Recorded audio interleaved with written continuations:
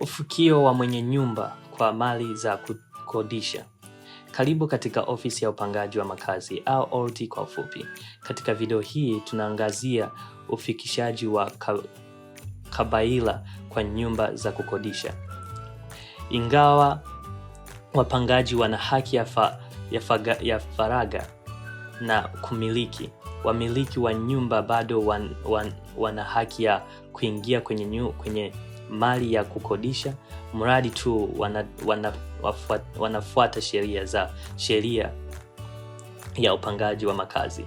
Mwenye nyumba anaweza kuuliza na mpangaji anaweza kumpa mwenye nyumba ruhusa ya kuingia. Mwenye nyumba anaweza kuingia bila ruhusa ikiwa mwenye nyumba atatoa notice ya kuingia ili yaandikwa angalau saa 24 mapema. Notice inaweza kuwa ya muda usiozidi masaa 8, kati ya saa 2 za asubuhi hadi saa 2 jioni, na haiwezi kuangukia Jumapili au siku za ibada ya kidini ya mpangaji. Mwisho wa upangaji, wamiliki wa nyumba wanahitaji kuonyesha kitendo kwa wapangaji watarajiwa.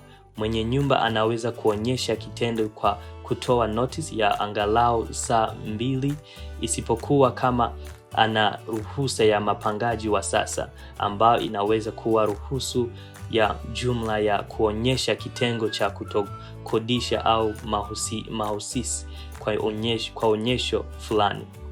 Notice ya saa 2 haitumiki ikiwa mali hiyo inauzwa na kuonyeshwa kwa wanunuzi watarajiwa. Katika hali hiyo, mwenye nyumba lazima apate ruhusa kutoka kwa mpangaji au atoe notice ya masaa 24. Kwa hivyo, nini kufanya wakati mpangaji hawezi kufikiwa?